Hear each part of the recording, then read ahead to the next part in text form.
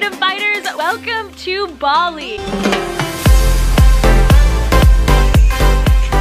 So in today's video, I have a little challenge for you. I want you to sell me this pen because in today's video, we're gonna be going into 3 different strategies that you can use to sell anything to anyone, anywhere. It doesn't matter if you're drop shipping, if you're selling digital or physical products in person or online, these 3 strategies will help you convert more sales. So cue the intro and let's get into it.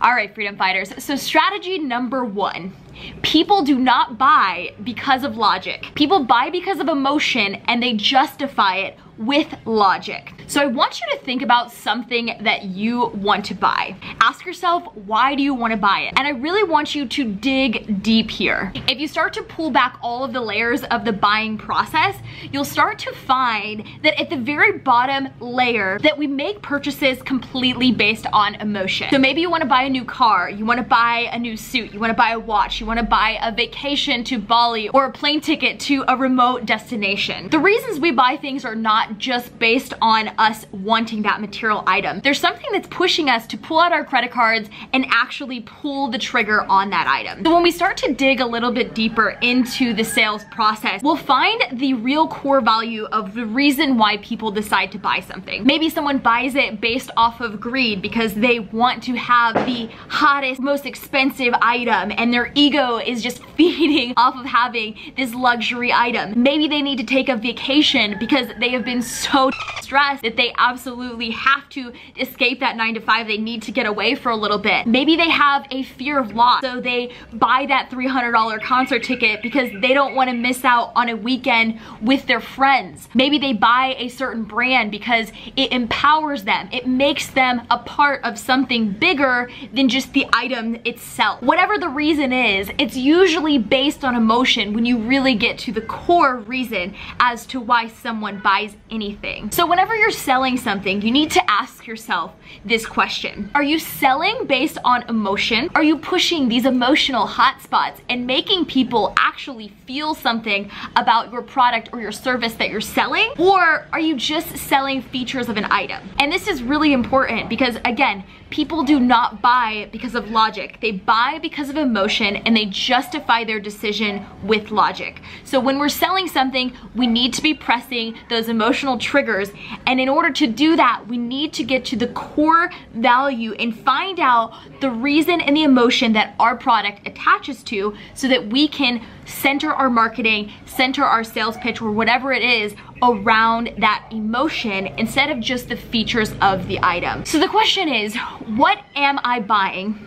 Or what is your consumer buying? And what is the emotion attached to that item? Don't ever push a product or a service, push the emotion behind it. And so when we're running our marketing, we don't want to push the features of the product. We don't want to say it does this and this and this. We want to push a feeling or an emotion that someone's going to have when they see that advertisement. And a really good example of this was shown in depth on one of my most recent videos on how my friend Josue did $40,000 using only Instagram influencers dropshipping on Shopify. So the difference between a good advertisement and a bad one is the emotion behind it. So in that video, Josue shows an example of the video ad that he was running for scratch off maps. And in this video, it shows the luxury of traveling and then coming home and scratching off the destination that you were just at. It makes people feel as though they were traveling, even though they're sitting at their computer watching this ad. This example touches on that feeling of emotion, that excitement of traveling. And this is really powerful compared to showing an advertisement of a scratch off map, showing the dimensions of the map, telling them that you can hang it on the wall, or showing what it does and its features. It gives a positive emotion to purchasing this product rather than just showing us an item that we can hang up on our wall. Tip number 2 is that people will never buy their way into something, they always are buying their way out of something. And what this means is that people often buy something because they have a problem that they need to have solved. They want to buy a solution, and so you first need to figure out what that problem is and what type of product would solve the problems of your potential buyer or customer. People don't just go out and buy a shovel because they want a shovel. They go out and they buy a shovel because they need to dig a hole. In order to sell something, you first need to know and feel your customer's pain. So you need to ask yourself, what problems are you helping someone solve? You have to understand their struggle. You have to understand their physical, financial, emotional pains. You have to be able to solve their problems in order for them to really want to pick up their credit card and buy whatever you're selling. When you can do that, when you can really relieve someone's pain or find a solution to their problems, you will never have a shortage of sales. Last but not least, number 3, people do not buy products, they buy stories. So I want you to ask yourself this question. What differentiates a store that's making thousands of dollars a month to a store that can't even make their first sale and is selling the exact same products? The answer is in the story and in the brand. Literally any product that you want to buy has hundreds of thousands of options on the marketplace. So you have to figure out how you can differentiate yourself from everyone else that's out there. For example, what is the difference between these glasses here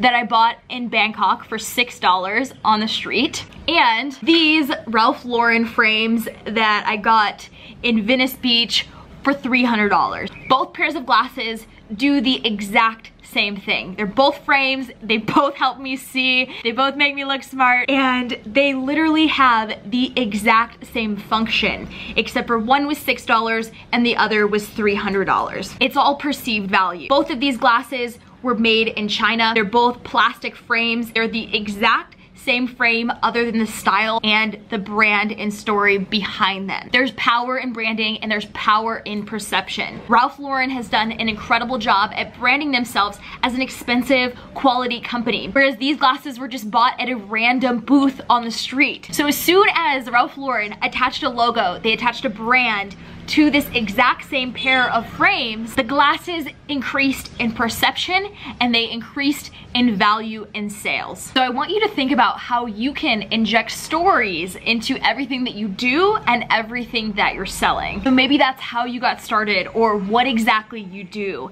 Maybe that is attaching your brand to a charity and giving it more power and giving it a community. What is the story behind the product that you're selling? How can you increase the value and the perception of the products that you're selling by using stories to differentiate your product and your brand through your marketing and through your sales pitch? Facts tell, but stories sell. So I hope that you guys enjoyed this video. I hope that you take these 3 powerful strategies and you implement them into your marketing, into your sales pitch, and into whatever you are selling. If you did find any value in this video, make sure you give me a big thumbs up, hit the subscribe button down in the corner. I'm gonna be putting out a ton of new videos for you guys. We're finally gonna be back on our schedule, and I'm gonna be pumping out 2 to 3 videos every single week now that I'm here, settled in Bali, and I will see you on the next one.